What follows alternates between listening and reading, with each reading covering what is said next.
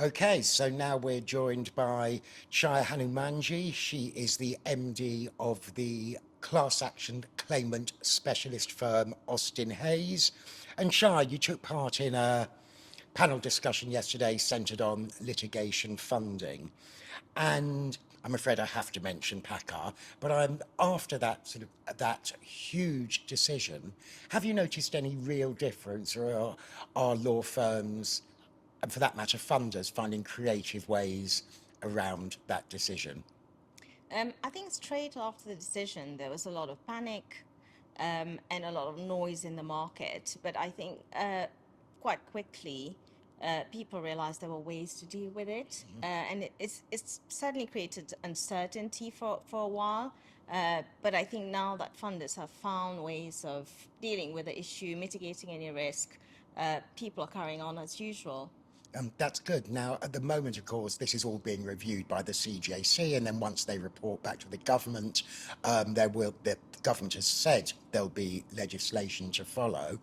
If you had the ear of the CJC and or the government, and for all I know you do, what would you like to see in that legislation?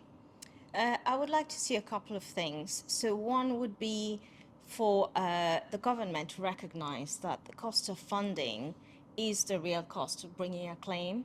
So in the UK, the reason we would never have the sort of vexatious litigation that you hear of in the States is because there is adverse cost risk.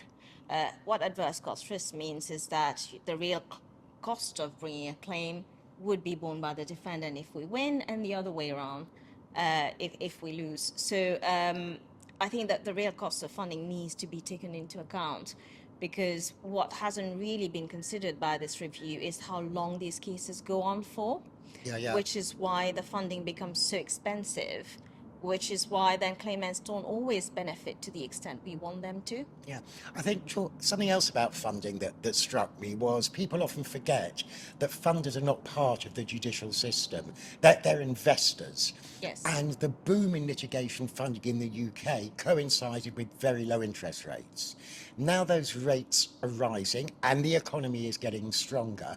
There are perhaps more options for you to put your money in, which are a bit more certain, that don't rely on a judge to make a decision maybe 7 years down the line. So has that change in the backdrop, do you think, affected the stream of funding provided by third-party funders? I think it depends. So some funders have, a sum of money that they will definitely invest in litigation, but we've certainly seen that there's a bit more reluctance to immediately invest in something when, there's high risk, or they may charge a high multiple to account for the risks that have been created by some of these issues. But also, let's not forget, it's all great to say funders have, at heart access to justice, and I'm sure some of them do, but at the end of the day, they're just looking for a return.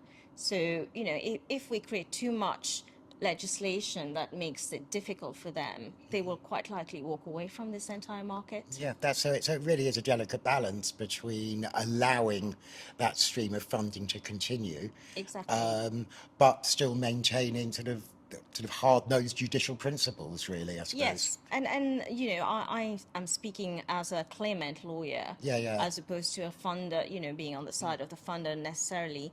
I think it's important to look at things carefully and see where there could be rules that could apply to funding, but not to the extent that it makes it unviable for them to invest in litigation. Brilliant. Listen, Chair, thank you so much. I'll let you get on to your lunch now, and thank you so much for your time and also for your Yeah, contributions thank yesterday. you so much. It's been a great conference. I really enjoyed being here and learned a lot from all the different panels. I thought it was really well organized, very well balanced. That's Thank wonderful. you. Thank you so much. Thanks.